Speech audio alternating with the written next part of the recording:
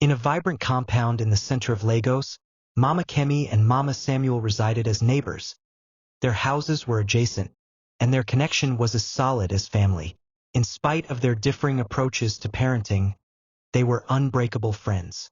Mama Kemi, strict and disciplined, advocated for stringent rules and structure, while Mama Samuel, gentle and relaxed, seldom raised her voice.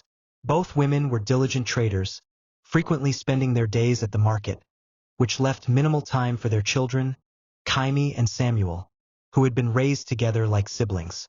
By the age of 12, the two were inseparable, sharing secrets, completing homework, and playing games throughout the compound. Their laughter rang out into the dusty yard, a perpetual reminder of their youthful happiness. One day, during a casual conversation at dinner, Samuel informed his mother, "Mama, I require a phone. All my classmates possess one, and I feel excluded." Mama Samuel stopped her spoon midway to her mouth, saying, "A phone? Samuel, don't you believe you're too young for that?" "But Mama," he insisted, "it's not only for games. I can utilize it for studying too." Samuel argued, his big hopeful eyes gazing up at her.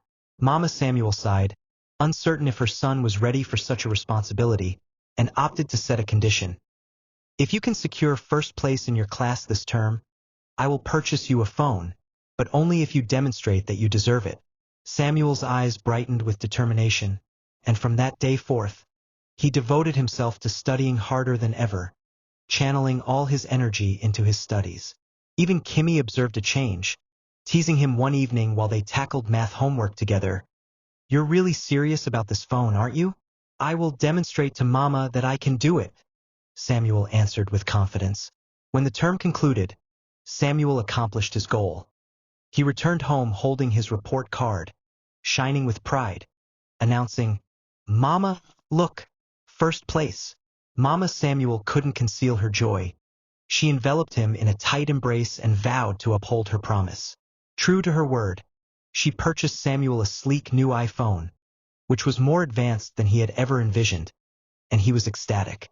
From that point on, the phone became Samuel's prized possession. He utilized it to play games, watch cartoons, and surf the internet. Kemi frequently joined him, and the two spent hours giggling at amusing videos and sharing silly games. One sunny afternoon, Samuel and Kemi lounged in his room, engrossed in the phone. "Let's see what else we can discover," Samuel suggested, scrolling through apps, to which Kemi nodded, her eyes wide with curiosity. This phone has so much.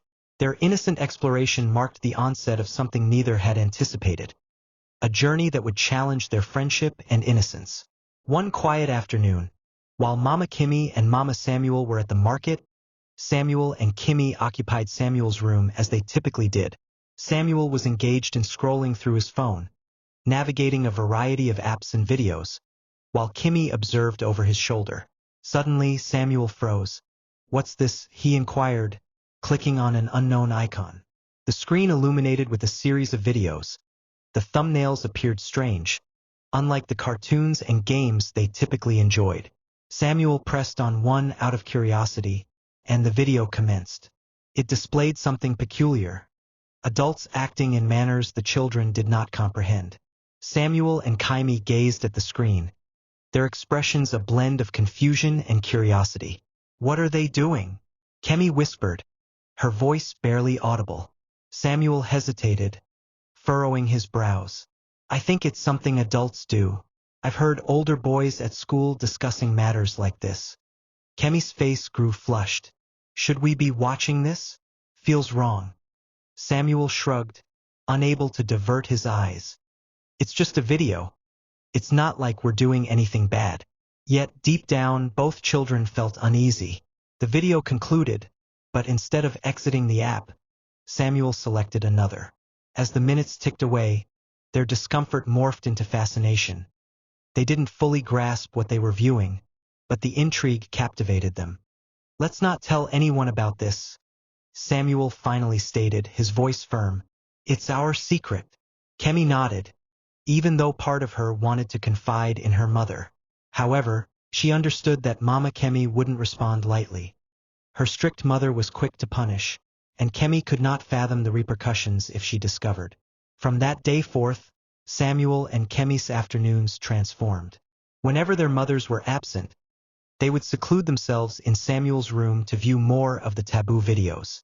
The once innocent laughter that echoed throughout the compound was substituted with hushed discussions and stolen looks. Days turned into weeks, and the secret started to impact their friendship. They no longer played outside or completed their homework together as they used to. Instead, their connection revolved around the concealed world they had unearthed. One day, Kemi turned to Samuel while they sat in his room. "Do you think it's bad that we're watching these videos?" she asked, her voice quivering. Samuel appeared uneasy. "It's just videos, Kemi. It's not like we're doing anything wrong." "But what if Mama finds out?" Samuel's expression hardened. "She won't. We just have to keep it a secret." Kemi nodded, but her apprehension escalated with each passing day. Then, one fateful afternoon, Kemi shocked Samuel by stating, "What if we tried doing what they're doing in the videos?" Samuel froze. "What? No, that's not a good idea, Kemi." "But why not?" Kemi pressed. "If it's something adults do, maybe we can understand it better." Samuel shook his head, his heart racing. "I don't think it's right. What if we get caught?" However, Kemi was insistent. Her curiosity dominated her fear, and she continued to bring it up until Samuel reluctantly acquiesced. The first attempt didn't proceed as planned. Kemi felt a sharp pain and urgently told Samuel to stop. She dashed out of the room, tears streaming down her face.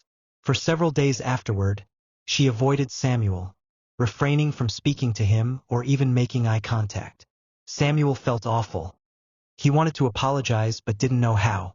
Eventually, after several days, he approached Kemi at school. "I'm sorry," he murmured softly. "I shouldn't have agreed."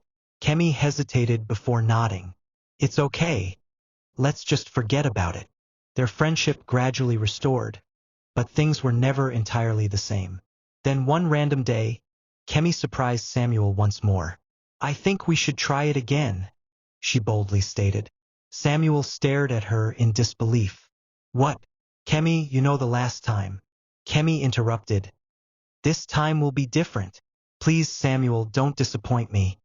Samuel's heart sank. He didn't want to agree, but he couldn't bear the thought of letting Kemi down. Reluctantly, he consented. One day after school, Samuel and Kemi chose to remain in an empty classroom. The school was quiet, with most students and teachers gone home. Kemi gazed at Samuel, determination in her eyes. "Are you sure about this?"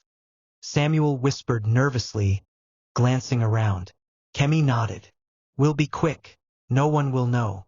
They slipped into the school restroom, hearts racing with both fear and anticipation.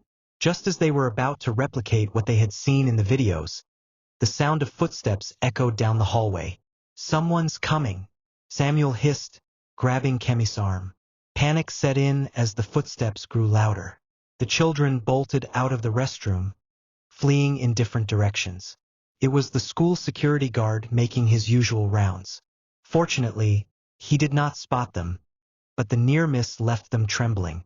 When they returned home that evening, both Mama Kemi and Mama Samuel were still at work. Alone in the compound, Kemi turned to Samuel and said, "We have to try again, this time at home." Samuel hesitated. His fear was evident. "I don't know, Kemi. What if someone catches us?" "No one's here," Kemi persisted. "Our mothers won't be back for hours." Reluctantly, Samuel agreed. They entered Samuel's room and locked the door. Just as they were about to commence, the sound of the front door opening startled them. "Samuel, are you home?" Mama Samuel's voice echoed. Samuel and Kemi froze, their faces drained of color. "Mama!" Samuel's footsteps approached their room, and she knocked on the door. "Samuel, why is this door locked?" Frantically scrambling to conceal their activities, Mama Samuel's sharp gaze darted between Samuel and Kemi. Something about their demeanor seemed suspicious. "What's going on here?" she inquired, her voice firm. Kemi stared at the floor, unable to meet her eyes. Samuel stuttered, attempting to formulate an excuse. but his mother remained unconvinced. "Both of you sit down," Mama Samuel commanded. "Now tell me the truth. What have you been doing?" The children exchanged anxious glances. They understood they could no longer conceal the truth. With shaking voices they admitted everything, the videos, their curiosity, and their efforts to imitate what they had observed. Mama Samuel listened in shocked silence, her heart sinking with each word. She sensed a wave of guilt enveloping her. How had she overlooked this? Had her concentration on her business obscured her son's needs? Taking a deep breath, she stated, "Stay here, I must speak to Mama Kemi." Mama Samuel walked across the yard to Kim's residence and shared everything. Mama Kim's expression turned pale with disbelief. She rose suddenly, pacing the room. "This is all Kemi's fault," she snapped. "She's the one leading Samuel astray." Mama Samuel shook her head resolutely. "No, it's not solely Kemi. Both of them are involved, and we need to address this together as mothers." For the first time Mama Kim sat down, her typically strict demeanor replaced by concern. "What should we do?" she asked softly. "We need to converse with them, and more crucially, we need to find them help." Mama Samuel replied. "Therapy, counseling, whatever it requires to guide them back to the appropriate path." The two mothers returned to Samuel's house and held an extensive discussion with the children. They clarified the dangers of the material they had been viewing, and why their actions were detrimental. Although their words were gentle, the children could sense the gravity of their disappointment. After that day things shifted in the compound. Mama Kemi became more observant of Kemi, softening her strict methods to foster a more open and trusting relationship. Mama Samuel, on the other hand, made an effort to devote more time to Samuel, realizing that her leniency had left him without adequate guidance. Eventually, both families consented to pursue professional help for the children. Therapy sessions assisted Samuel and Kemi in grasping the repercussions of their actions and the significance of making better choices. Despite the attempts to repair the situation, the connection between the two families was never restored. Mama Kemi chose to move to another state, seeking to provide Kemi a fresh start away from the recollections of what had transpired. As the moving truck departed, Samuel observed from the compound, experiencing a blend of sorrow and comfort. He had understood a tough lesson, one that would remain with him throughout his entire life. Moral of the story: it's essential for parents to dedicate time to their children, discuss with them about secure and responsible phone usage, and instruct them about the risks of specific content. Phones serve as devices that can assist children in learning and connecting, but they ought to be provided only when a child is sufficiently mature to manage them responsibly. Share your thoughts in the comments. At what age do you believe parents ought to purchase a phone for their children?